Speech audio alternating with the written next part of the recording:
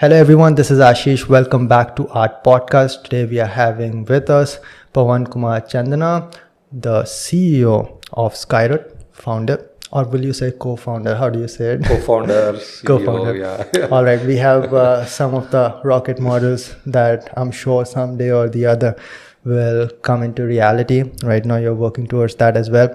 I'm very fascinated by what you are doing.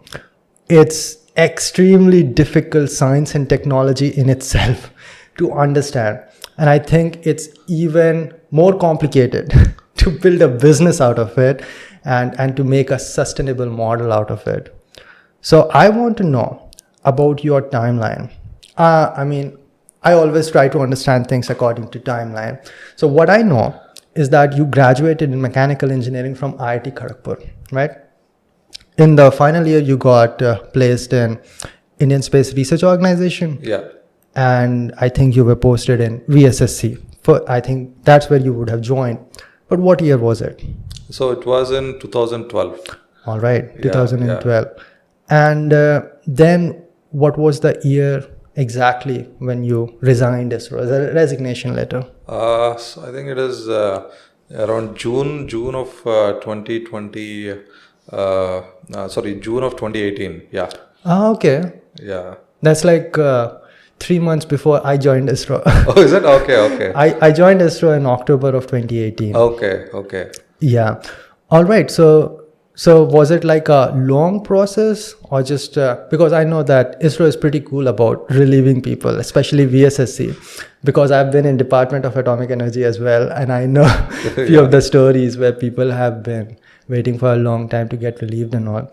But was it like a 30 days notice? Yeah, I think it's 30 days notice, and yeah. Okay. But what I know about you is that you were always indulged in understanding the industry, right? Yeah. And that's what I have understood about learning more and more about you, is that you not only focused on the science aspect, which obviously you are very knowledgeable in, but also how the industry works. Yeah. So what was the part of your journey in ISRO when you started looking towards that? Yeah, so as you told, right? So I studied in IIT Kharagpur Mechanical Engineering, and that's where there was a lot of entrepreneurial vibe in the college. Everybody wanted to start building companies. Oh, okay. And I was also bit by that startup bug. So always wanted to start a company, and also during there was a time when I felt I'll not sit for placements and go start a startup. Okay. But I was probably not. I felt not knowledgeable enough or bold enough. I didn't have that guts to start straight out of college at that time, and so I just followed my passions at that point of time. And then ISRO was something which I was really looking forward to if I get the opportunity. And luckily it came to the campus, Yeah, and it's a very on and off things. Yeah, right? yeah. Sometimes So naturally that starting a company was part of the DNA since college days, right? So I wanted to start a company, and in fact I was very fascinated during my school days as well. Starting a company was very fascinating. I used to look up to entrepreneurs, etc. So that is always there. Wanting to start a company is always there at the back of the mind. And then joined ISRO. So naturally what happens is that not only I was technically inclined, but also I was following the industry as well. What is space industry, who manufactures what, and internationally what are the things happening, So all that came naturally. Always wanted to observe how the space industry also is emerging. Did being in ISRO, and especially since you worked with GSLV Mark III, right? Yeah. Did that also teach you about like so many different factories and companies interrelated? For example, ISRO does not manufactures the components that it assembles. Yeah. A few of them comes from one company. There are like 3-4 different companies. Yeah. Did that also teach you more and more about like the whole supply chain and all that? Yeah, absolutely. In fact, not 2 or 3. In fact, hundreds of companies, supply parts, small or big, right? So that's a lot of companies, serving ISRO, and I was also part of the team which also utilizes some of the industry's products to build our parts, etc. So it's always knows the supply chain to some extent here and there, and also at least the major supply chain is very well known. And there's very small suppliers, several hundreds of them actually. Several hundreds together come to build the rocket. Right. Yeah, so no, at least I could say, like, I think most important ones, I came to know through this journey. And also very fascinated because naturally I thought, in fact, originally I thought like such complex stuff only ISRO can build. And then I came to know that, 80% of the stuff which ISRO launches are built in the industry itself. Right? At the period of time, it was developed in ISRO, then transferred to the industry, and then industry build that expertise and build that manufacturing, capability, all that. So it's like several organizations build it, and so I'm lucky enough through the journey to understand the supply chain to decent extent, I would say. Yeah. And is that the reason why you stuck around for 6 years, because you were continuously learning more and more? No, in fact, like I wanted to retire at ISRO, right? So in fact, so I was there. I really loved the job for the first all the years. In fact, until I even quit, I was so immersed in the tech, and I realized that this is after a few years, a couple of years, I realized that life is in rockets. So I have to continue. Like the rockets have life. Yeah, naturally. I really feel rockets really have life because. So they're like probably something which have grand motion, lot of animation, lot of glamour. I think they have their life of their own. Okay. So so I think that's where like I always wanted to continue the life with the rockets, and really like the environment of Kerala and Trivandrum, where the entire rocket program is based. Really I used to enjoy going out, going to the beaches, and then like going to work in the morning, and then it was very fascinating time at that time, and I really wanted to continue that life there, and then probably retire one day. So that was the mindset, in fact, first few years. But as I mentioned, right, always there was like this thing in the back of the mind to start a company. But I never realized that a rocket can become a company. Building a rocket can become a company. But that came later, after completing probably 5 years, 6 years. I realized that probably it could be a business. The moment I realized that it would, I felt it's very fascinating, and also it felt like it's like nation building, right? So you have this very strong player like ISRO, right, which we are all proud of, and like 60, almost 6 decades of development, and then like there is the next step. I felt I was very strongly felt in the gut that next step is more private participation, both in design, from design, development, everything. So industry is manufacturing a lot of stuff, but from design, developing something new, from the beginning, do direct, selling something, a big service like a launch service, or building satellites of their own, etc., was relatively non-existent at that point of time. And I felt that if you started in India, I think there's a huge opportunity, and also I think it's very, very, very great way to build the future of Indian space. Yeah. In 2018, there were no regulations to allow private players when it comes to space industry in India. Yeah. How did you anticipate that it will happen in future?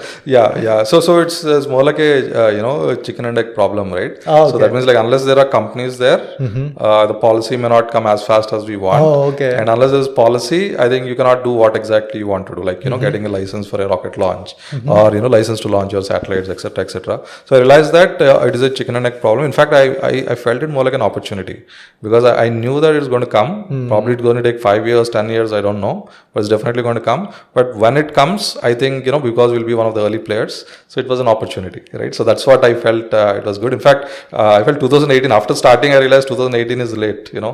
Probably could have started early. Probably by this time we could have been like one of the key players in the launch business already, right? If you start early.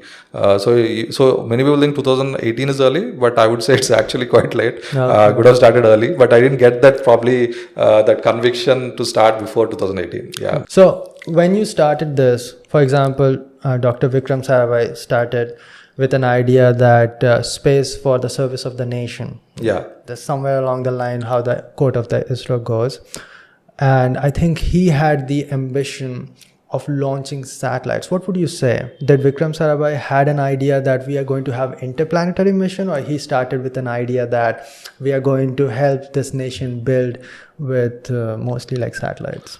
So I'm very sure that he knew that the first step is, at that time in India, right, 1960s in India, right, he felt that the people of India, need to use as much science and technology as possible to go to the next phase, right? So he strongly felt that, and then like and space is one technology which can actually transform lives. For example, TV comes from the direct to home, television comes from space, and they were like the early television connection some programs which were done by Dr. Sarabhai himself sometime, right? And so that's what he felt that in fact in one of his famous statements he said that we don't have fancy to compete with other nations on interplanetary exploration or things like that, but we don't want to be second to anybody in transforming lives using space technology. I think that was a step. So satellites was using satellite services, etc., can transform lives.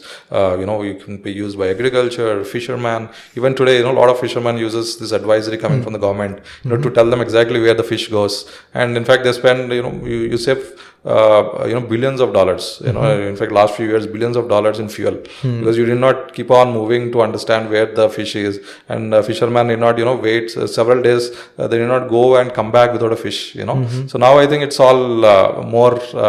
I think a good amount of fishermen, they know exactly where the fish is through these advisory services, which use satellite data and then go. I think common man in India, I think a lot affected by space technology. You can study the crop field and all. Pardon? Crop field and all. Yes, definitely. Yeah. And even urban planning, infrastructure planning, a lot of space is used in that, and television, of course. And you can use it to spy on other countries, right?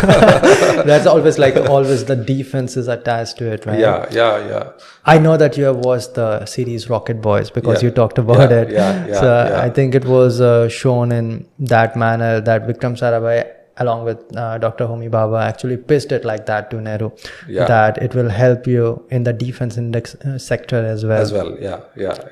I mean, even the way the NASA started, they just got one wrong, right? And he was like straight up creating missiles in Germany. So it is quite obvious, but the way that you can see even the logo of ISRO, it's like a rocket and satellite solar panels on the side, right? But it's great that we are moving towards other celestial bodies landing on that. They obviously did that with the Mars orbital mission and now the Chandrayaan-3. Can you share some of the thoughts on Chandrayaan-3? Oh, I mean, see, in fact, I watched it live. I literally had tears in my eyes watching it land, because I knew how significant event this is, and as a technologist myself, I knew how difficult this is. So I think it's a phenomenal achievement by India. I'm very proud of being Indian, actually. Being the first country to actually launch on the South Pole, near to the South Pole, and also among the 4 elite countries in the world, to land soft land on the moon, not easy, and I feel second attempt is not easy. I think most people think expect ISRO to do it in the first attempt, but I think second attempt itself is quite difficult, and I think we have done it really well, and I think spot on with high precision, and also even internationally, if you see, there were several attempts by US and USSR, that time USSR, to land on the moon. It was so difficult to actually soft land on the moon. It required so many attempts and so much of understanding. Even Russia failed a few days ago. Unfortunately, I mean, that's a bit of a sad event, I would say. What I'm saying is that even they were successful ones. After that, it is difficult. Yes. So, in fact, see, this was Lunar 25. So Lunar 24 was successful. I think they were landed in, but that was, I think, some 1976 or something. Several years, 47 years ago, they have launched, succeeded. But the point is that 47 years is too long. Too long. It's a different organization. Completely different organization now. Probably there were no common people, etc. But it doesn't matter. I think they have gone till orbit, and I think probably some glitch here and there, which is very unpredictable. Any space mission is unpredictable, and very glad that India made it. And I think we watched it with the entire team, and we were elated, completely elated, looking at the kind of launch. I mean, the landing and everything. I think phenomenal precision. It was just like 19 minutes of event, and history is scripted in those 19 minutes, and I think it really shows, puts India in the spotlight. I got, I think, several messages from people across the world, looking at it, and I think the whole image of India changes with such event. Of course, now people pay attention towards you. And also I remember so many people making fun of ISRO back in 2019. At that time I was in ISRO working. You must have recently left. Yeah. And there were some taunts and few sentences given. What do you think caused the ultimate failure in the landing of Chandrayaan-2? Because so far there's no official statement from ISRO for the right reasons, I believe. But what do you think? Yeah, so I think there was some recent presentation by chairman of ISRO where, like, he described how it was, what went wrong, right? So from it, what happened is that there were like multiple phases of Chandrayaan 2. Right? First is there's something called rough braking. You switch on the engines and then you brake it roughly from orbit. You slowly slow down from that 1.6 kilometer per second. You slow down, and then there is a phase called camera coasting, right? So that means like the camera is pointed towards the ground and the spacecraft should not change its attitude. That means it should not change its direction, and it has to look at the moon surface during that period of time. So during that, it also has to burn its engine and slow down, right? So what happens is that the thrust was slightly more than what it's supposed to have, but it was still in the bound of the the engine, it seems, upper bound of the engine, but still it was in the uppermost bound. It's called upper bound, lower bound, as you know, right? So it went in the upper bound side of the engine, and because of that, what happened is the errors added up, of these seconds where it did this camera coasting, and the errors added up, and the moment this phase completed, I think the errors were like very large, and then it had to go to the launch site, wherever landing site, and when it has to go to the landing site, because the errors are more, so it has to rotate more to actually go to the landing site. But then the software limited it, saying that because they never expected that so much errors would come up, so they limited the rate to something like 10 degrees per second. That means the spacecraft should not rotate beyond 10 degrees per second. But then to actually reach its landing site, it has to rotate more, right? So what happened is it got confused completely, and then it was like, it has to go to the landing site, then it cannot rotate beyond a particular limit, right? So because of this software glitch, of these limits put on the spacecraft, and also that there was no control during this phase, the errors added up, which was also avoidable. So because of these unexpected, unavoidable mistakes, it couldn't land, and probably that's what happens in most space missions. If you see, like, what is the reason for failure? Very, very small, minute things. Most things, even which are successful, also just succeed by whisker, and then most things which fail are like very little reasons, very, very minute reasons. And I think that is a great learning, and then so that also in 2019, right, there's a lot of criticism after it crashed, like you said, right? So, and then that criticism is unwarranted, because space missions are like that, and but still, ISRO had that resilience to take it in, and then years of development, years of extreme testing, they brought in all perfect. I think Chandrayaan-3, the kind of improvements made in from Chandrayaan-2 to Chandrayaan-3, and the kind of testing done, I think I was shot. In fact, I tweeted before the landing that it's going to land. So I was so confident that it's definitely, I'm sure, because of the confidence I have with ISRO, the spirit of ISRO, and also the kind of technical changes they have done. I think I was sure that it's going to land, but still it was very nervous, because everything is unpredictable in space, and finally it nailed landing perfectly and made all of us proud. Right. Yeah. So was it like a lack of fail proof in the software in the Chandrayaan-2? Is that what you're saying? Yeah. So there were some limits in the software, which need not have been there probably, and because it was not expected that these limits will be, that spacecraft will touch these limits, but unfortunately it touched those limits because of other reasons, so because of that, but it's still, if everything was nominal in that flight, it would have landed.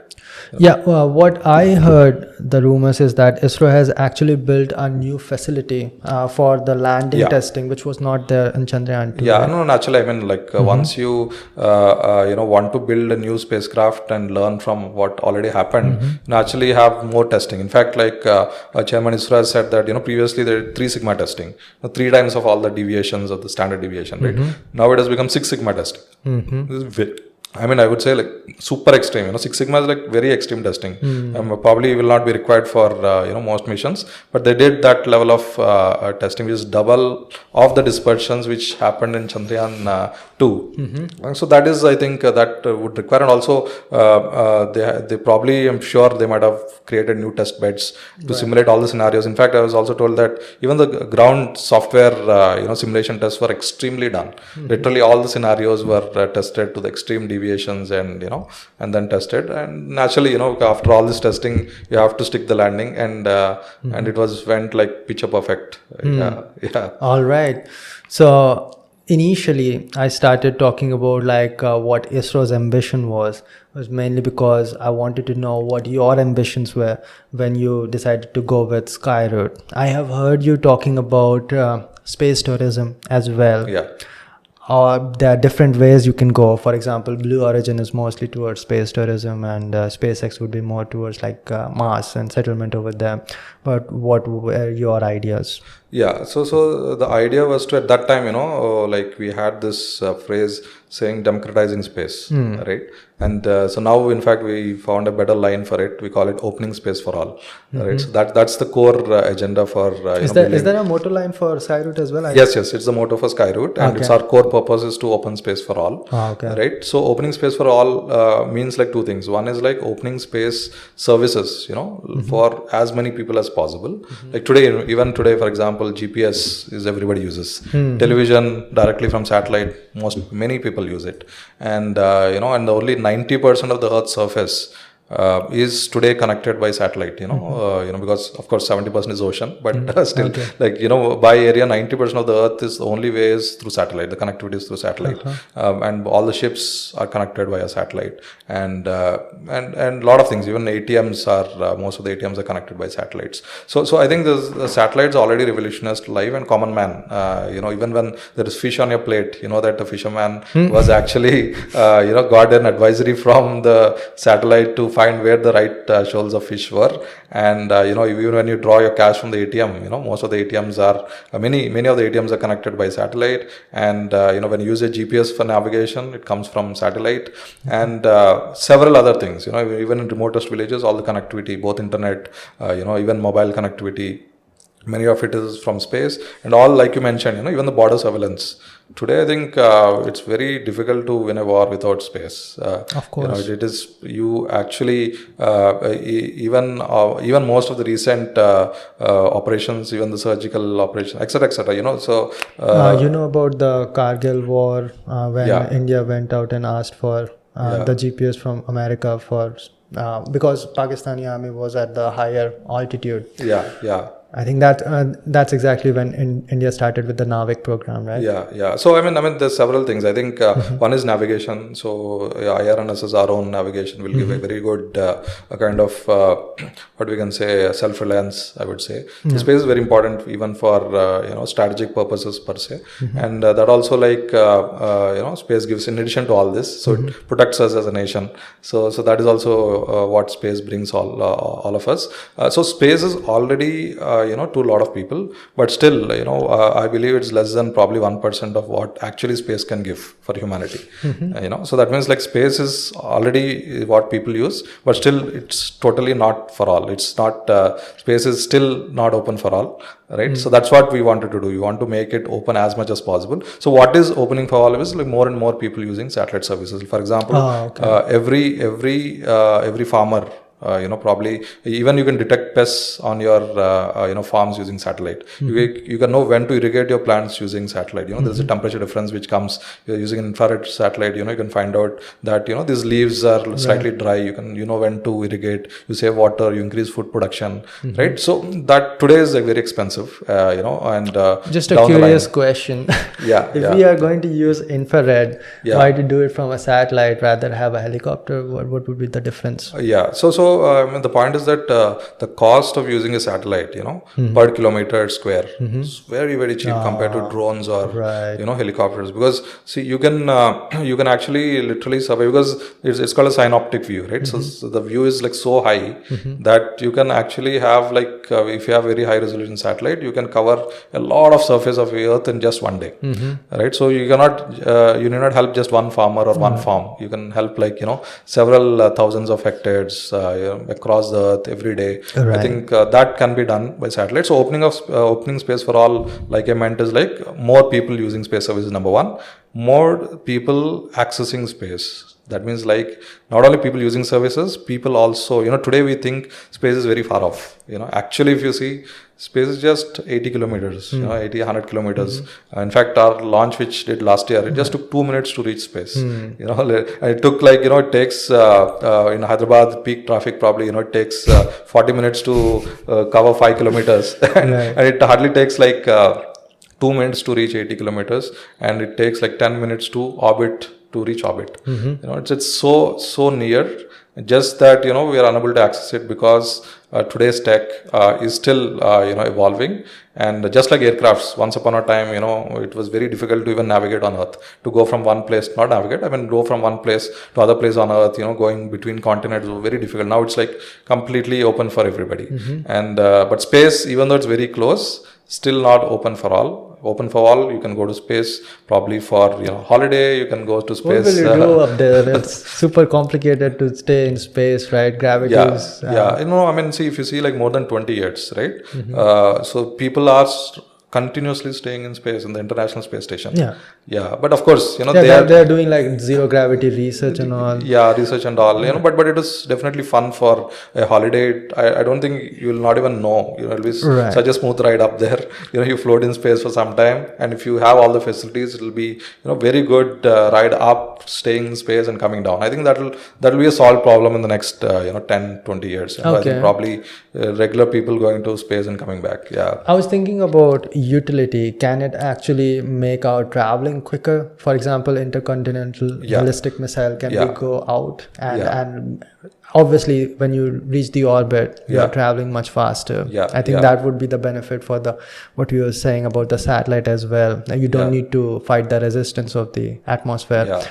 So is there something like we leave the atmosphere, pass the Kármán line, and then orbit, and then it would be a quicker flight, right? Absolutely. Every point on Earth under an hour is possible with rocket flight.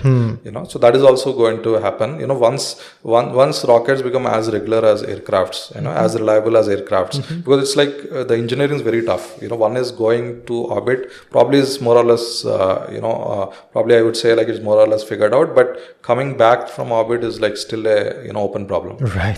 So it's like and that too continuously, like aircrafts, regularly working for hundreds of flights, thousands of flights is still an open problem to solve. And so that will transform even travel, like you said, right? But it will need a spaceport, and there'll be a lot of infrastructure at that time.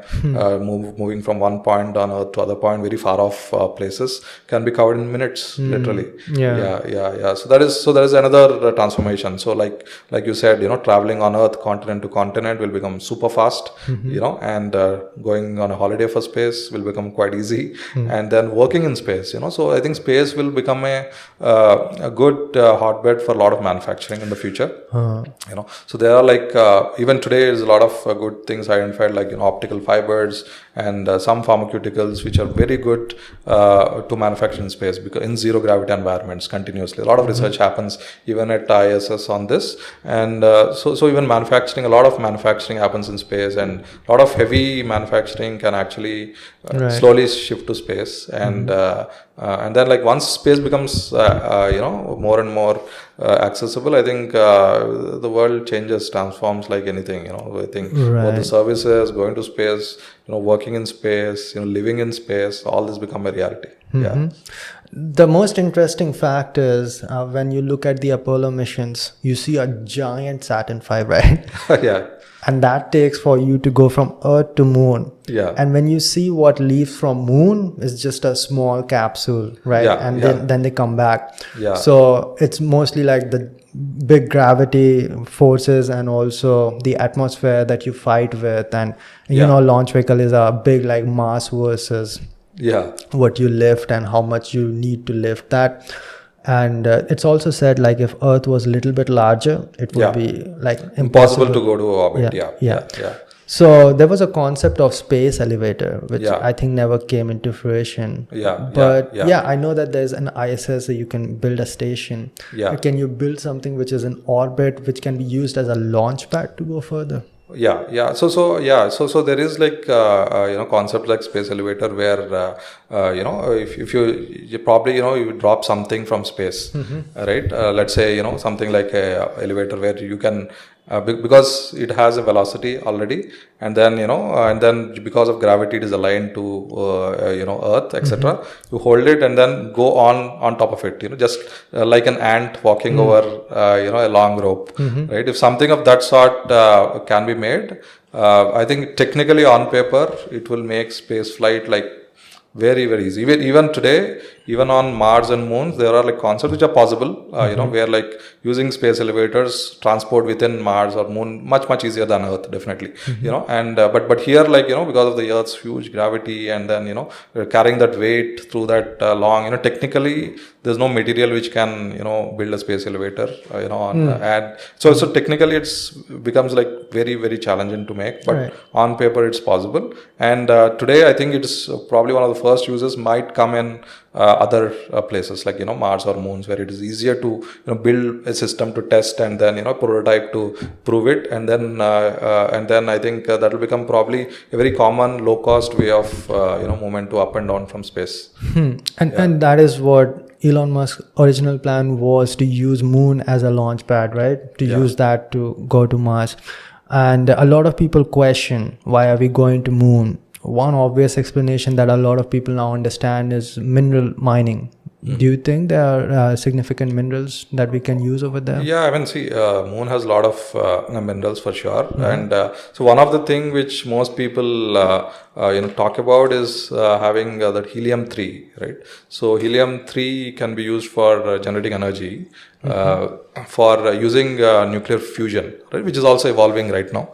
So we already have nuclear fission based energy through nuclear energy, but nuclear fusion is something which, without producing any harmful radioactive waste, you can produce energy. So that's what the humankind needs, but still it's in research phase right now. Very stably producing energy from nuclear fusion is yet to achieve in significant amounts, and once that is achieved, I think helium-3 could play a very important role in creating huge amount of energy, and that is not available on Earth. It is available on Moon, and in fact that comes from the solar radiation. The sun is having a lot of helium, right? And when that passes through the dust of Moon, it gets captured, and then there is helium-3. But Earth's magnetosphere will make it like escape, and you can never get helium-3 on Earth. But you have a lot of helium-3 on Moon. But still, I mean, lot in sense, like it's not very huge. It needs like extensive mining, huge amount of tons and tons of mining to get probably a few grams or kilograms of helium-3. But still, I mean, that is good amount of energy produced, and it's very costly material. That is one example of where Moon resources can be used to generate like large amount of energy on Earth. Yeah. No, I need to elaborate a little bit more on that. I did not know about this. So you're saying that helium comes from sun, travels to moon? Yeah. I thought that only like electromagnetic waves reach. No, I think see, there's something called solar. In fact, this Aditya, a lot of things we don't know about sun till now. But there are some things which do come from sun and particles, not only electromagnetic radiations. Does even these particles also do come, and there's also propulsion, which happens because of the solar radiation. Solar wind, right? Yeah, solar wind, and the same wind, also has this helium particles which goes into the the surface of the moon, dust of the moon gets captured there, and then we can get it. So it's very, very, very probably even when I came to know, it's very exciting thing that it comes from the sun. Okay. Yeah. All right. Can we get to like explaining more about your rockets? Can I bring one model in front of us? Sure. We'll start with Vikram-I. Yeah. And explain what stages you have over here. Yeah, so Vikram-I has like 3 major stages, right? So stage 1, 2, 3, which have carbon, all built with carbon fiber. The structures are built with carbon fiber, and even the solid lower fuel. stages. Pardon? Even the lower stages. Lower stages. Oh, okay. Yeah. So entire vehicle is carbon fiber. The entire structure is carbon fiber. One of the first few in the world to have all carbon fiber structure in a rocket. And so this has solid fuel. The first 3 stages of solid fuel generates huge amount of thrust at a low cost. And we can, for example, just to give an idea, the first stage generates a peak thrust of 120 tons. So that is how much can lift like 50 elephants using that kind of this thing. And the rocket is like something like 7-storied, more than 7-storied building tall, and then we have a kick stage which we call OAM, orbit adjustment module. So which also gives a kick to the final kick to the satellites to reach orbit, and then also it can adjust the orbit. It's called orbit adjustment module. You can change the orbit if you want, to slightly, and if you want one satellite to go to one orbit and you want another satellite going in the same mission in a different altitude, you can always go to a different altitude, etc., etc. So it has like 3 solid fuel stages and 1 liquid fuel stage, which is called the orbit adjustment Very module. Similar to SSLV, I think. Yes. Yeah. So the SSLV is much bigger, I would say. Yeah, and it uses a good amount of metals as well, and they use the upper stages use a different type of composite, but it's quite a massive compared to Vikram-I. Vikram-I is slightly much smaller compared to SSLV. And does these thrusters also are controlled? Is this the roll controlled one that you had a launch like 9 months ago or so? Yeah. So it has a roll control thrusters as well, so which is also liquid, by the way. So we have the reaction control, which is also liquid fuel. So as the rocket goes up, there'll be like, roll control, forces which generate the roll on the rocket. Right. When the rocket rolls, you need to bring it back for better control of the entire ascent, and so these roll thrusters just give pulses. They give pulses to bring back the rocket in a proper bring back to its original attitude. 9 months ago you had one launch from Sriharikota, right? Correct. Was this the same one? Yeah, so that was called Vikram-S, So that was a test rocket. For example, Vikram-I is an orbital rocket. That means it launches satellites to orbit. And what we launched last year is a test rocket which goes to space but not orbit. So that's why it needs less energy, and it's a much smaller rocket. It's a 2-storied building tall rocket, while this is a 7-storied building, just to give an idea about the size. And so that went up to 90 kilometers. Just crossed that 80 kilometer altitude, and then went to space, and then it reached 90 kilometers and then fell back into the sea. Right? So it goes to space and then tests all the technologies which we wanted to test. Yeah, and then it's more like testing most of the tech, 80% of the tech, propulsion, structures, materials, so many things are proven here. A lot of electronics got proven there, right? So a lot of testing of the Vikram-I technologies were done in Vikram-S, and it was more like a demonstrator flight, which was successful in the first attempt. And then using a lot of learnings from there, even thermal, aerodynamics, everything, we were able to prove most of it things there. And all those learnings, we are bringing it to Vikram-I, which we are going to launch in few months. So I saw that launch, and pardon me because I used the wrong term. That was roll stabilized, right? It rolled to stabilize itself. Correct. Right? Yes. And I think that did not have thrust vector control. Yes, right. So that's one difference between this and that is that is a rolled control vehicle. What happens is that whenever there is an engine, for example, that has a solid fuel engine or a solid fuel motor. So it has some, however best you manufacture it, you will have a slight tilt in the nozzle. So there'll be like 0.1 degree, 0.2 degree, slight deviation. So when you have that deviation, the rocket just steers away. Either you should have thrust vector control to just bring it back and then control it, or you should have a roll, which will balance it out. So there'll be one angle, and then the next moment it is at a different angle, so it all balances out.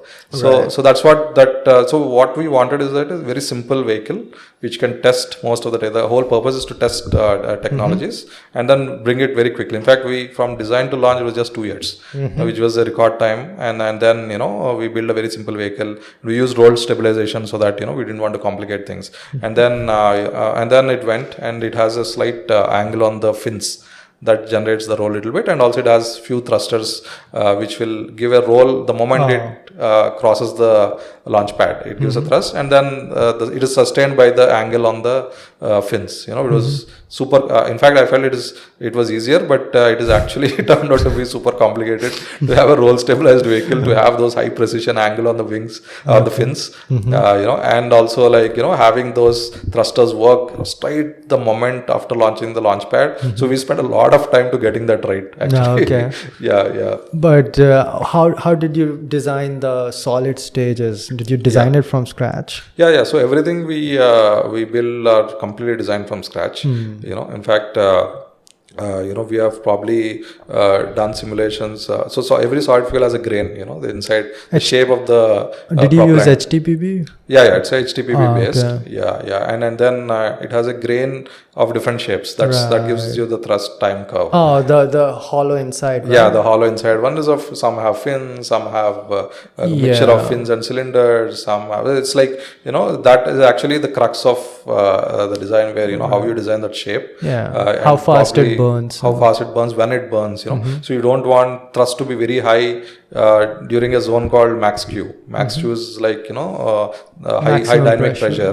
The maximum stress on the rocket comes at that point during the journey of the rocket. So we want, the thrust to come down slightly before it goes there, so that then the velocity is less there, so then you have less stress. So it's like it's like a multi-disciplinary problem to design the kind of thrust you give, So that's the advantage of designing a proper grain in solids. You get this whenever you want, you can throttle it, and by design you can throttle it, and then you see that the stress on the rocket is low, and then you can bring it back, so that because the more the thrust, you get more payload to orbit, because you're fighting gravity, and there's something called gravity loss. So the more the less time you burn. That's why high thrust is good, but high thrust is not very good because it gives huge velocity during high stress zone. And so all that, so there's a lot of factors designed in it, and then we had to undergo maybe thousands of simulations to get the right kind of grain, so for the rocket. You did the simulations in computer? Yeah. So we developed everything from scratch, whether it is the solid propulsion simulation, or even liquid propulsion. A lot of liquid propulsion in Vikram series. This is Vikram-I, which has two types of liquid engines, one for the roll control and one for the final orbital insertion. And then we have also cryo. Cryogenic is even more complex. Both the fluids are cryo, both the fuel and oxidizer are cryo, and we have a simulation tool for that. And then we have a simulation tool for trajectory. We have a simulation tool for the control, even everything. Literally we built everything from scratch.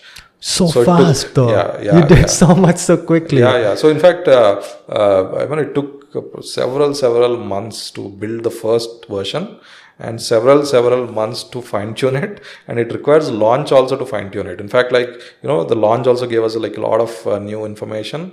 We keep fine tuning it from there. I think it's a never ending process. And, yeah. And then, do you think that in position like that, when you have to move very fast, it is important to have a smaller team? A giant organization like ISRO will also move slower, right? Because you have to take care of so many different teams and all. But when you are having a single team. Yeah. So definitely smaller teams will be more nimble and faster. And also, but the crux is that you will not fully ever remain as a smaller team. So now, we are, going to reach, probably, in few months reaching 300 plus people, right? So it's not a small team anymore. Right. and then ISRO has thousands of people. Not only ISRO, so many organizations have thousands of people. So the crux is actually in managing that agility as you grow. For example, even today, or the way SpaceX is functioning, I think maybe 15,000 employees, still super fast. Right. I think and also ISRO is also I think good inspiration, because they do a wide range of missions very quickly. Quite a nimble team, and I think they have a lot of missions coming up in the future as well. So I think I think it's a problem to be solved on how to manage the inertia as the organization grows. Right. And ISRO especially does not work as a government organization at all. It's a very unique, it's not only just a government organization, it's a central government organization. But yet it is so agile. I think there's an air in ISRO that is there.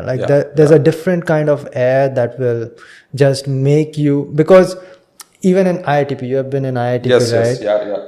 And there are scientists who retired like 10 years ago. Yeah. And they talk that they're young as 40 or so. You wouldn't say that they have won such big awards and now they are like consultants, and yet they have that agility and that motivation. Yes. Yeah. So when it comes to this organization, how did you manage to gather the engineers? Now, I understand that you would understand launch vehicles well, but obviously you don't have a specialization in a particular domain. Now, if you have to make solid boosters, which is a very complicated and also very dangerous task. How do you take care of that? And how do you proceed towards hiring people? Did they have prior experiences, and did you handpick those people?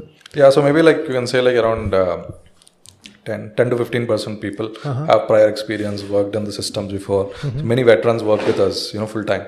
Each of them have like maybe 40 years experience in the field, right? So all that is there, but still, that's not at all enough, because the real 90% of the people also have to work together at the same pace and same knowledge to make it happen. So what we do is that we recruit like really smart people as much as possible. So in fact, like maybe the average ratio would be like 1,000:1. So 1 from 1,000 people. So that is what we try to get some really smart people out there, and they learn very fast. Did you recruit freshers as well? Yeah, we do recruit freshers as well. Okay. Yeah, and train them. In fact, I think the future will be like training more and more freshers, where because you don't have like a lot of experienced people per se, and you create experience. That's the only way you can do it. And probably we have trained like hundreds of freshers as of now, over the last 5 years. So that's what is building. It's actually building in a way. Even though it's in small amounts now, so these hundreds will become thousands in the entire private sector tomorrow. Right, so it's hardly like 2 years since the policy has come, and already probably several thousands are working across all together. If you add up all people working in the startups in building space vehicles, or like I'm talking about building space systems, overall space startups, it's in thousands now already, right? And that's going to grow. I mean, down the line it will cross several tens of thousands, and just imagine such manpower being there in India. I think it's very much required for us in the future. Yeah. Right, and especially when I was preparing to get into ISRO, there's like only one option. If you want to work in a space organization, you have to get into ISRO. Yeah. And as you know, I appeared in my last ISRO attempt in 2018. That was like right when you guys were starting up, right? But now the youth has so many opportunity, and there are so many people who approach me about like, I want to get into space science and engineering. And especially, that 2020 in January, there was an ICRB examination, and then the COVID happened. And then it is like a 2021, and now we are seeing another recruitment. And in between that, there are so many people who graduated, and they all want to get into space science and engineering. I think organizations like yours, companies like yours are giving those people an outlet to what they want to work towards, right? What is your recruitment process? How do you hire people? Yeah, so we are very active on LinkedIn. So we put up these profiles on LinkedIn, and probably on average always probably 8 to 10 recruitment open positions are always there, and sometimes even more. And then like people apply through LinkedIn, and then we also promote the positions through Twitter, probably as a snapshot of what are the open positions, and then we reach out. We have a team which reaches out to people who have some sort of experience which they believe could fit us, and so that is also is one way of reaching out to people. And then and we also like promote to our employees as well, so they also talk to their networks, and whenever there's an open position, they'll try to find who's the right fit among their circles. So like that, there are various channels in which we do, but primarily through LinkedIn is what we do, because I think most of the people, most of the job seekers are out there. At least they have a profile there, and then it can reach to them. But it's one of the various channels, but majorly through LinkedIn. Yeah. Right. So you look at the profile, maybe the resume, and then you directly call for an interview. Yeah. So that's what we do. But You of sit course, for the interview yourself, like you handpick them, or you have a recruitment interview team and you don't sit for that panel. Yeah. So what happens is that first, like, the HR team, talks to them, understands if there is interest, understands if there is a relevant experience, understands if they are like really passionate to join and all that, and then the team, one of our team members will interview them to check how technically good they are, and finally, me or Bharat, one of us will interview, take the. You were like roommates and left together. So we both, started together. We were like flatmates at Trivandrum, and during the time of VSSC. So very close friends. We started together, and then so now what happens is that we take, either one of us takes the final round of interview. We see that everything is matching what we need, etc. The passion is there, right. And all that. We see that all the boxes are ticked, whatever we want a Skyroot person should be, and then we give them an offer, and then they become part of our journey. That's a great way of hiring, because what we unfortunately what we see in the process of ISRO, and it's not even a problem with ISRO, it's just the mammoth size of it, is that there's a written test, which a lot of time is luck. You have given IIT JEE examination, so you know how it works, right? Yes. Yeah. So I'm so happy that there are organizations like Skyroot where you are looking for passion, right? Even in my ISRO interview, they never asked about passion. It's only like technical questions, and that part goes out. And would you say that it is more important for you to be passionate and motivated than for you to be technically competent? Yeah, so I think a good mix of both. But what we give less importance to is like having huge amount of experience or relevant experience. Something may not be required, because people can build the skill sets, right? So if the person is passionate enough, and the fundamentals, when it comes to technical part, we don't compromise on fundamentals. So fundamentals should be very good, and the passion should be good. Right? Passion and attitude should be good. If these two are ticked, I think experience becomes less relevant to us. Okay. How would you test a fundamental? I want to just know. So I mean, the way is that we ask them a problem statement in the interview itself, right? On video face-to-face interview. But it's easier to solve a problem on the paper once you get the problem statement. Probably you can read, learn, and then build it. We do that also. So we give them problem statements, ask them to solve some really tough problems. They come up with solutions. We see how they solve. Some of them may not be able to solve the problem, but it doesn't matter. We see how they solve, how they approach the problem. And then if we like the approach, how they're thinking, I think that's good enough. And then in really face-to-face interviews, at least what I do is that I ask them something very fundamental, very fundamental. Give me an example. That's what I want to know.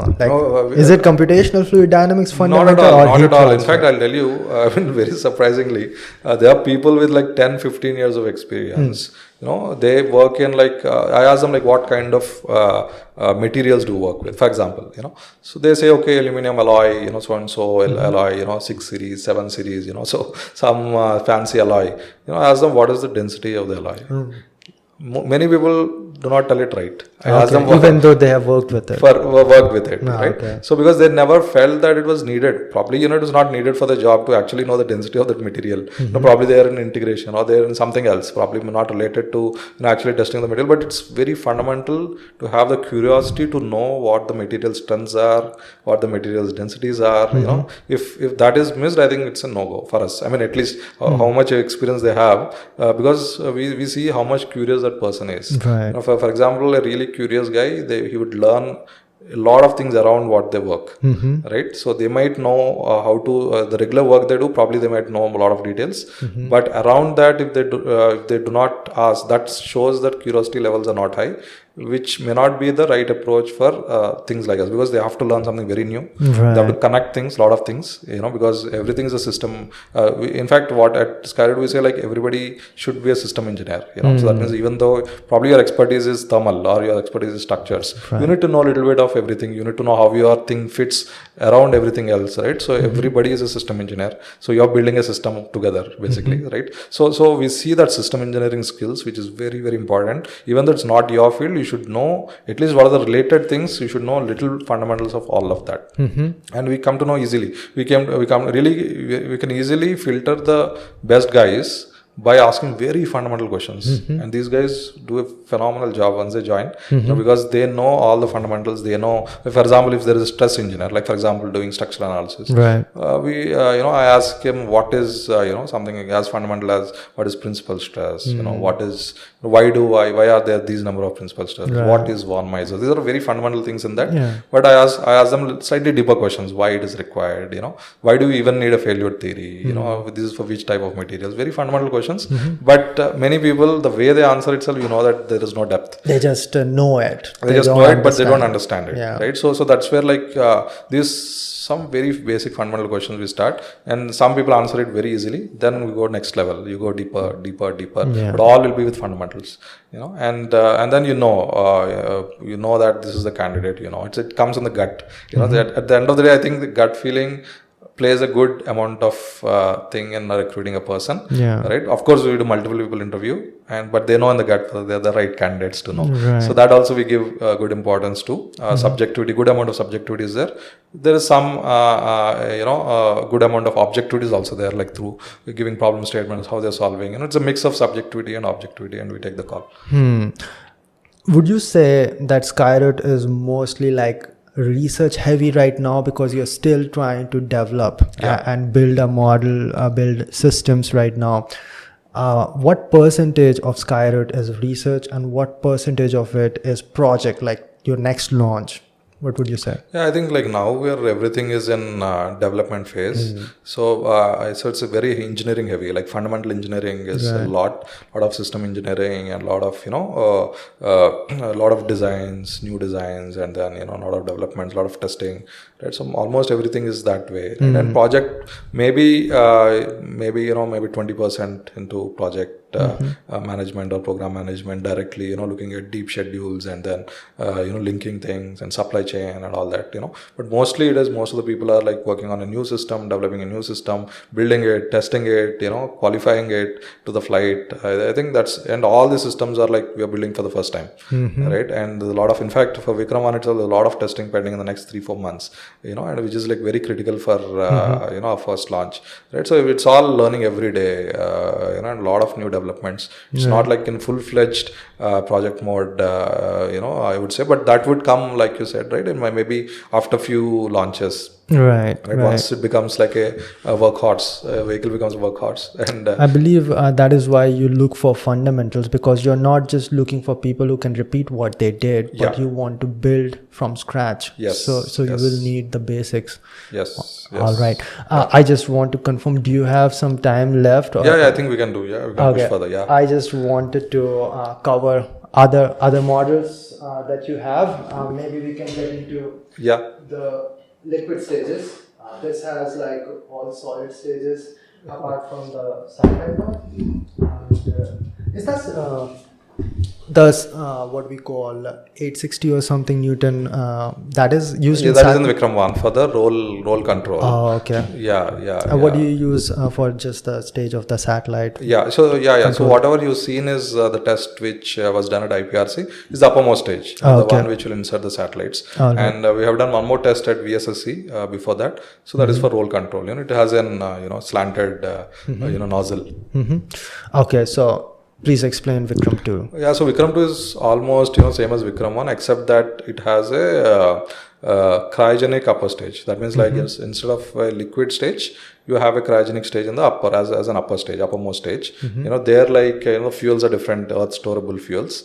It's first, for example, Vikram-I, the uppermost stage has fuel and oxidizer, which are called MMH and N2O4.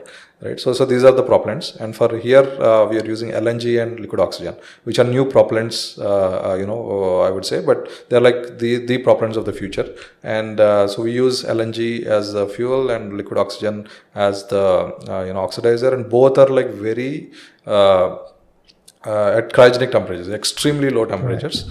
and then they burn and then create the necessary thrust. And because the efficiency is higher, you get like more kickoff, more payload into orbit. And that's the only difference, So everything else is the same. So what we are using is that essentially 80% of the rocket we are keeping it same, and then we're upgrading. We're adding things to it to boost payload so that we can cover a wide gamut of customer requirements. Some people may want larger payloads, capability in the rocket. Some missions is only feasible with much higher payloads. So Vikram-II and Vikram-III fills that gaps. Even though Vikram-I will be launched many times as possible, Vikram-II and 3 will increase the gamut of satellites you can launch, and that's where this comes into picture. And then we have Vikram-III as well, which has boosters on the sides. So it is exactly same as Vikram-II, and then you add these boosters, which will boost the payload by another 40%. Are those solid boosters? Yes. Yeah. First stage solid boosters. And then they, as they give solid boosters, give huge amount of thrust. As you have more thrust, you can put more payload in the upper. Overall, when you have a good thrust in the upper stage, in the lower stage, right? So that's what they do, and these are just upgrades of Vikram-I. 80% of all the series is the same, and Vikram has also all the tech is the same, all the materials are the same, all the tech is the same. Yeah. Right. Maybe I missed it. Did you say that this is going to go to higher Earth orbits because of the cryogenic engine, or low? No? So all these vehicles are like low Earth orbit only, but they have more payload capacity. Like that means if you take the same orbit, let's say 500 kilometers orbit, one vehicle will have 300 kilograms, the other vehicles will have 400, the other will have 700. For the same orbit, you can put in more payload. Right. So why do you think, why would you say, of course but why would cryogenic engine give you a higher payload capacity? Can you please explain? Yeah, so I mean just the efficiency of cryogenic engines are higher, and so there is this the term called ISP, specific impulse, right? So it's more like how much thrust you can generate for unit propellant mass flow rate. If you give one unit propellant mass flow rate into the engine, how much thrust you can generate. So that is the kind of a number which shows efficiency of every rocket engine. So the more the ISP, the more efficiency of the engine, the more payload the rocket can launch. Out of which the highest are the cryogenic engines. They have the highest kind of ISP.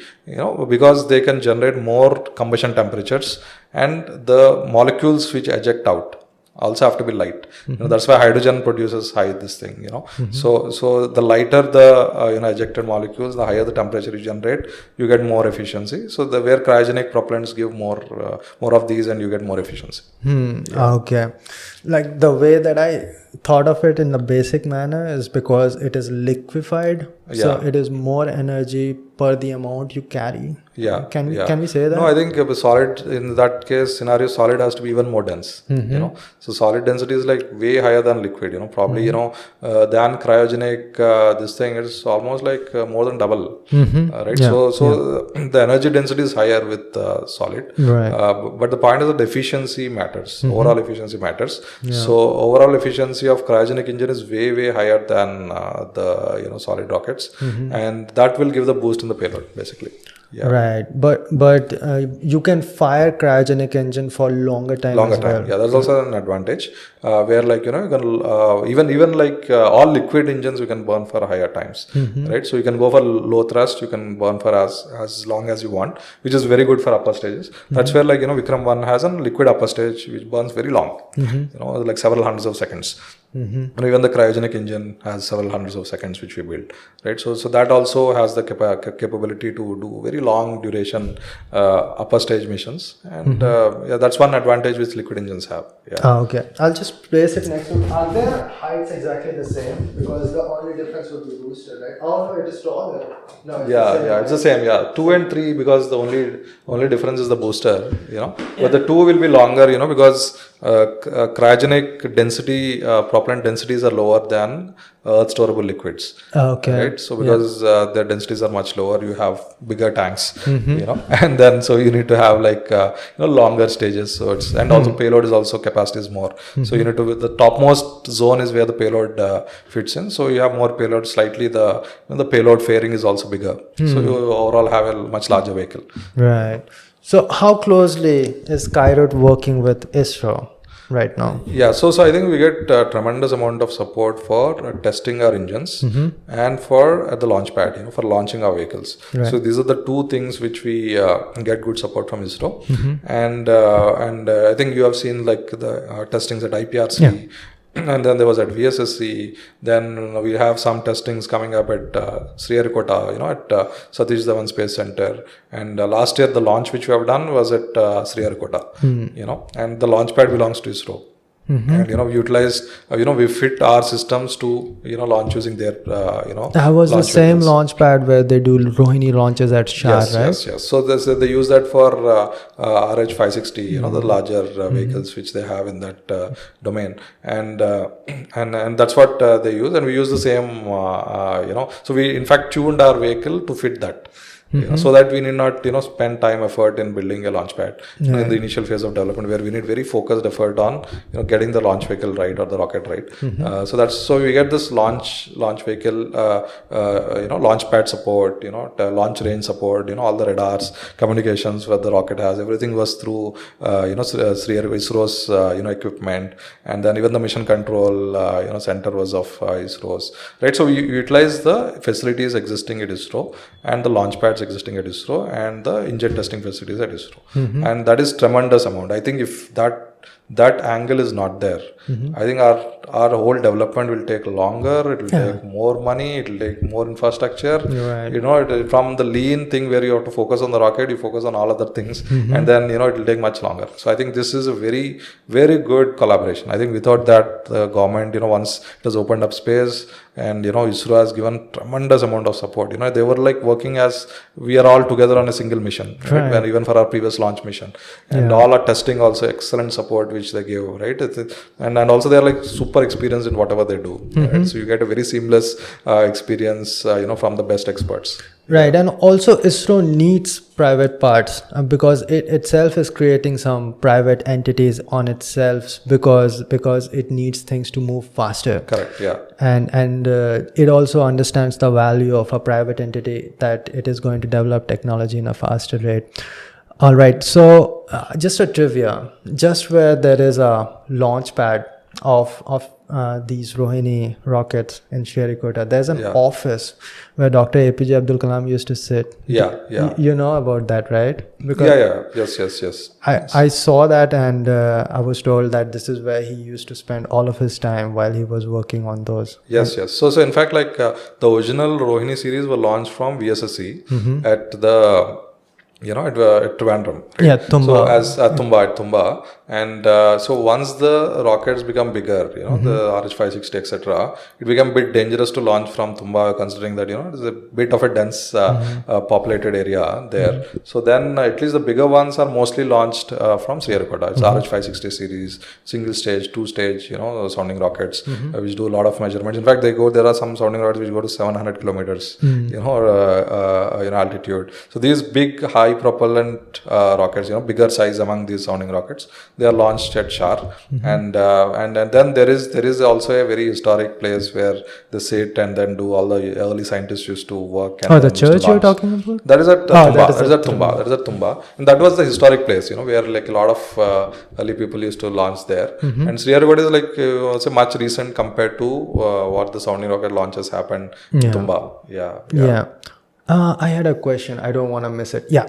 So when it comes to solid boosters, and you have already done a launch, it is not possible for solid boosters to be assembled, let us say, in Hyderabad and do the launch in Sriharikota. It's very dangerous to transport it. So did you fabricate these stages in Sriharikota itself? So no. So what we have is like, so there is one of our, key partners who builds the propellants, So they are based in Nagpur. So they are a company called Solar Industries, right? So once upon a time, there was nobody in the private sector, who builds solid propellants. Now later after, a lot of some privatization efforts, and even the government wanted private to build this propellants, etc.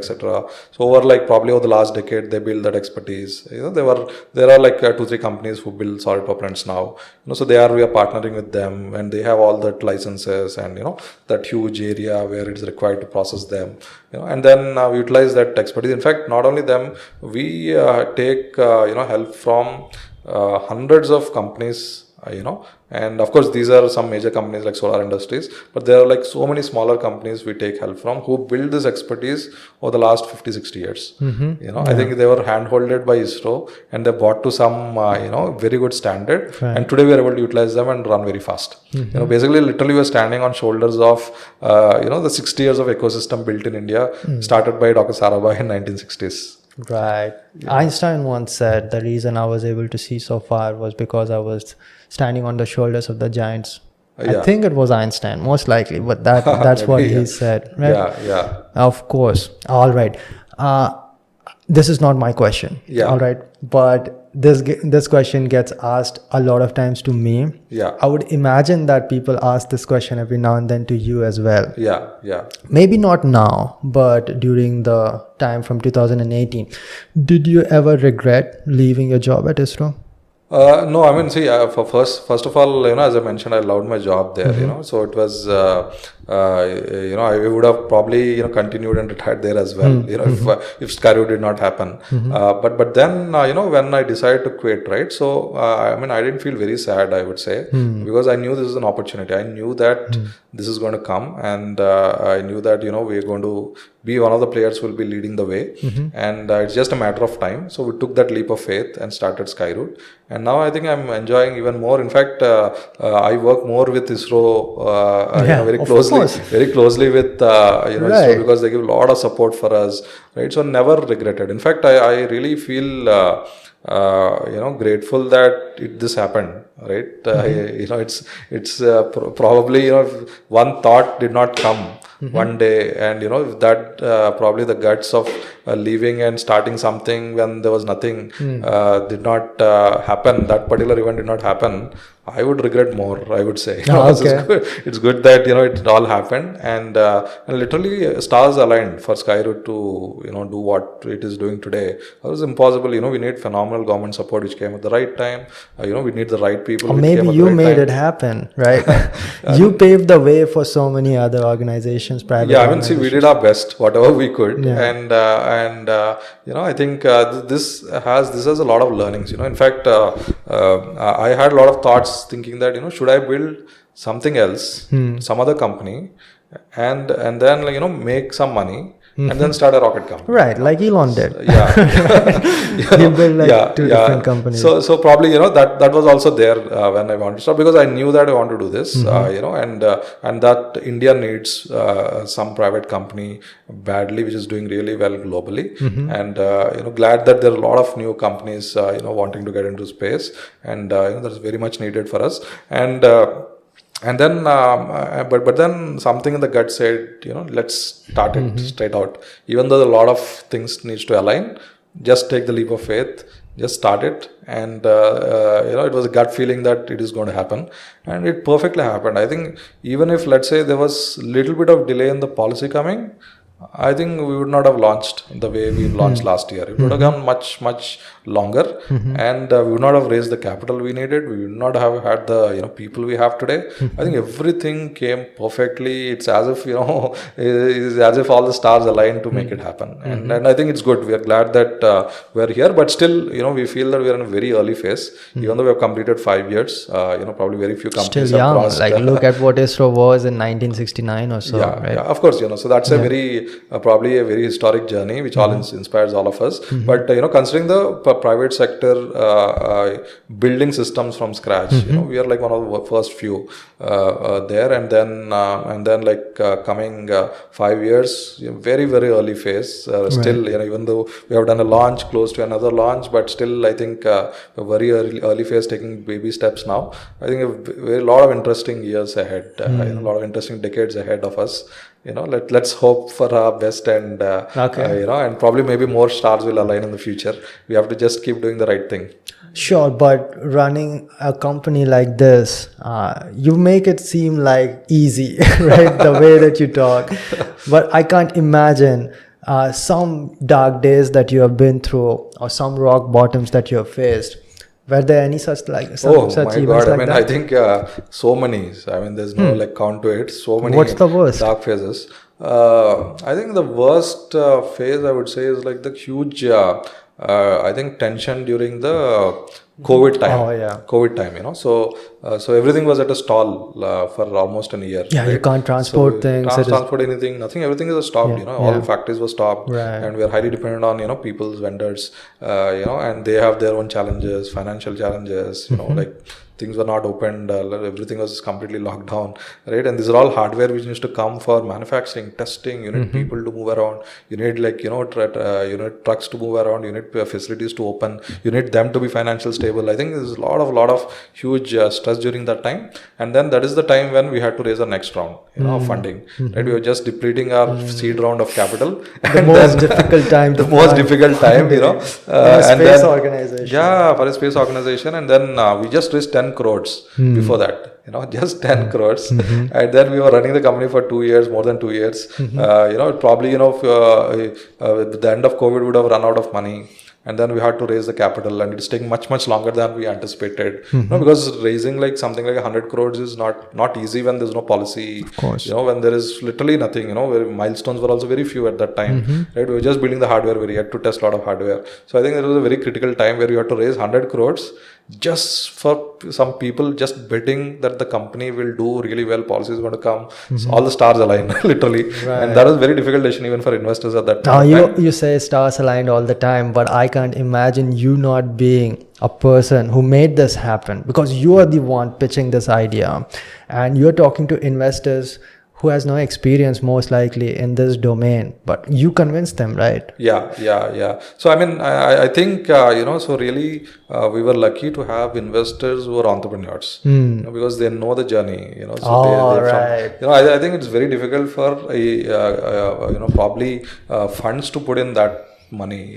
So like we raised 10 crore from almost a single person and then we raised 100 crores mostly by one single set of people, right? So that conviction is very difficult to get for a fund because space is not a thesis for most of the funds at that point of time. And then unless there is regulation policy, right, betting big money is literally impossible. You're asking for too much favor by any fund to actually put in money when a lot of things are yet to happen, when the environment is not good enough for you to succeed, right? So I think that was a very tough phase where we felt whether will take a very long time to raise capital, and then what to do. So the biggest worry is that we have to just stall a lot of activities for a long period of time, which will affect all the aspirations which we had. So that fear was, I think, one of the very lows in the journey, I would say, but a lot of learning from Did you have a backup plan at that time? No, backup plan is just continue doing what you're doing, but be lean,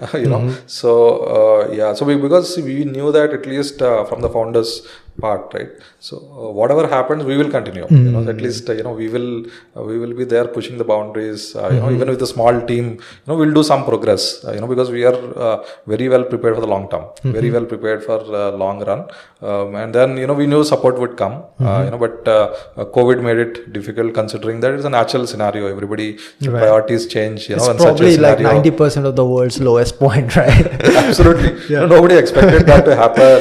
And even funds were being they're being more cautious. Investors are more cautious. People are more cautious. I mean, everything. I mean, it's a completely different time altogether. But we are glad that I think everything went well. We raised a large Series A amount, and then we raised large capital later on for multiple launches.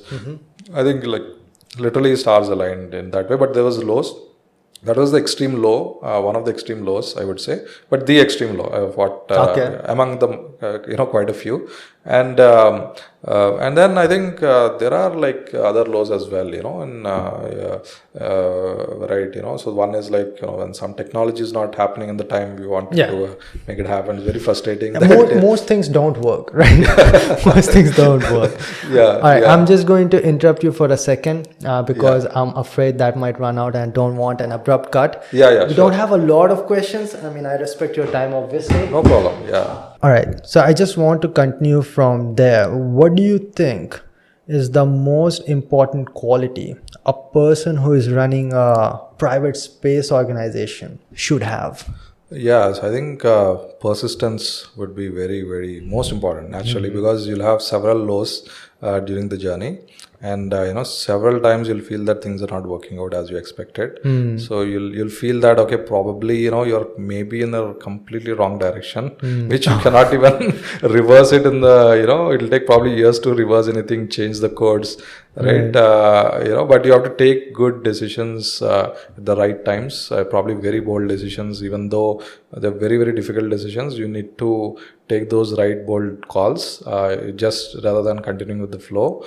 And I would say like persistence and agility, mixed with agility. I think this is the key, I think, for every space founder should have. And I think that's what I've observed in my journey as well. So anything imbalance in these two, I think it will be probably a much tougher journey than we would imagine. But I think naturally it comes, as you do the journey, it will probably, the journey will force one, founder to actually have a good balance of these. Yeah.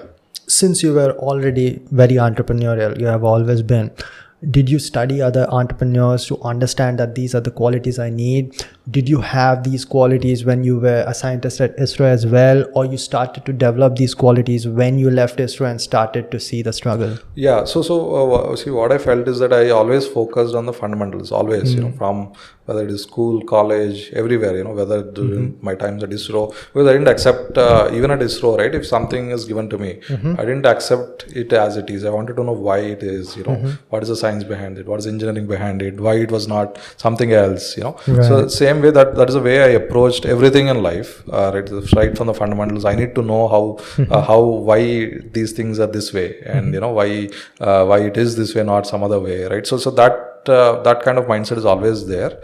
And so when I decided to start a company, and I stuck to the fundamentals, right? So what actually is building a company, right? So how is you raise capital? What is equity? How do you lose equity? And how do did you know about these things beforehand? No, not at all. You just learned. Crazy. I was a pure tech guy. Your friend Bharat, is he more managerial, or both of you guys? No, I think both of us are both technocrat tech guys, fully. And then we had to learn these things in the journey itself. And while starting, I have no clue even how people raise funds. Literally, I'm telling you, I have no clue how people raise funds, how to go to investors. Okay. Literally how that money comes. Does it come as a loan? Does it come as an how does it come? If it comes as a loan, what will be the interest? Absolutely no clue. Literally, I only see in the news that okay, so and so company raised so much capital, this thing, that thing, but I have literally no clue how that process happens. So I knew nothing about fundraising, nothing about starting a company, running a company, registering a company, what all kind of roles a company needs, Right, you probably did not know about paying the taxes, right? Yeah, I knew there will be some tax. I didn't know what kind of tax will it be, and all that. And literally I didn't know much of anything, but I went with the flow. Whenever, for example, when I had to raise funds for the venture, I learned the fundamentals of how to raise funds, how other people have raised funds, what is the typical transaction like, what will be the process like, right? And but I don't think these fundamentals will take time to learn for anybody, not only me. Right. For anybody, it will not take time. So I stuck with the fundamentals, whatever happened as and when go. But I was driven by basically the kind of drive to start a very world-class company out of India, space company out of India. That was the whole drive. And I knew this opportunity is there, and I knew that we can make a difference. Me and Bharat, we can make a difference, and then play our role in making it happen. So that was there as a gut feeling that it can happen, and everything else we learnt it on the go. All the process we learned it on the go as and when it comes. With just like shuffling with the fundamentals, basically. Even now, for example, I don't know very deep finance stuff. Even now, we raise like more than 500 crores. I don't know like deep finance stuff even today. I keep learning as and when it is required, and now like more and more finance knowledge because of the journey. And that is also very important, so that also learning, deep. So I'll ensure that at least the minimum fundamentals are known, so that, you make the right decisions, and you not, and you do not end up with some, grave mistakes. At least that knowledge base I'll try to have. And that's what I think a founder does what he does is that he knows a little bit of everything and connects all of them. That's typically the journey of every founder. He has to know about every role in the company. They have to know about every phase of the development. A little bit of every tech involved in it. So everything. So probably the tech was slightly easier, even though it's rocket science. Because of probably foundation with ISRO. So the tech was slightly easier to go, but compared to other things, but we've learned on the go. And I'm not reading any tweet. I'm just seeing if there are more questions that I might miss out. But you see, I barely looked at it even a single time, although you can see that there were so many questions, but most of them, almost all of them are already covered in the unscripted way of conversation that we had. And I just want to thank you for existing and doing what you do, because you are not only inspiring so many space enthusiasts, you're also creating opportunities for so many of them. And I can understand deeply, because all I wanted to do was to work in a space organization. That's it. I was never interested towards government job, even though I entered and exited 2 different central government jobs. I was all interested towards space organization, building a career in that, and seeing you doing that so for a billion population, showing them light, it's really very commendable. And before I go, I just want to give you something. I brought a copy of my book. I wrote something for you, so this is not the copy. It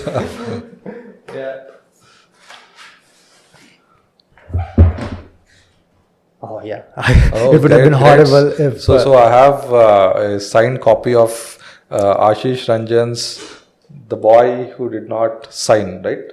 Yeah, so I'm sure, I think it's been it's not easy to write a book.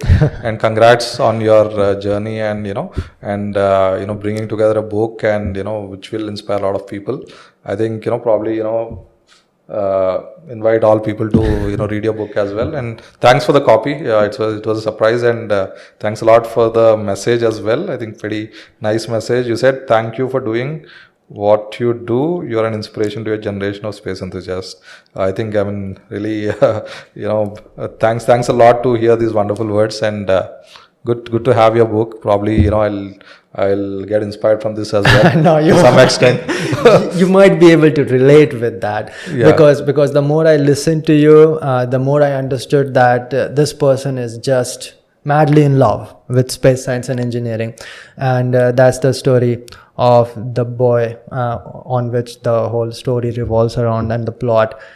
I do not know if you have enough time to read a book, but whenever you get some time, if you read few pages, you will be able to relate to it. And that is why it was very important to bring you one copy, no matter what happens. Great. Thanks Ashish. I think it's wonderful talking to you, and all the best for the great work, and also a new journey as an author, and all the best to you for the future as well. Thank you, and thank you for being awesome and cool about everything. You gave me this space. This is not my studio. I'm in Hyderabad right now, in Skyroot's office. They gave me this place. They managed everything. This is a Sunday. And you have had a long day as well. I was in Hyderabad only for 1 day, and you managed your schedule accordingly. And I'm really grateful. It was a very interesting talk. I would like to do it again sometime, and I'd like to talk more about where the Skyroot is going. And I think I'm really glad to see that you're based in LA, and brought all the equipment for this podcast right from there. I think really grateful for that. I think it's very small gesture from us to host you today. And I think all the best to you as well. Thanks. Thank you so much. Thank you guys. It was a lovely time talking to Pawan Kumar Chandana over here. Chandana, sorry, I every now and then mess up the last. And thank you for listening to us for, I don't know, over an hour definitely. And we are going to run it again, and we keep on doing art podcast every week. Tune in. And that's about it. See you next time. Till then, bye. Bye-bye. Thank you. Wow. It was great. How was the experience? Good, good.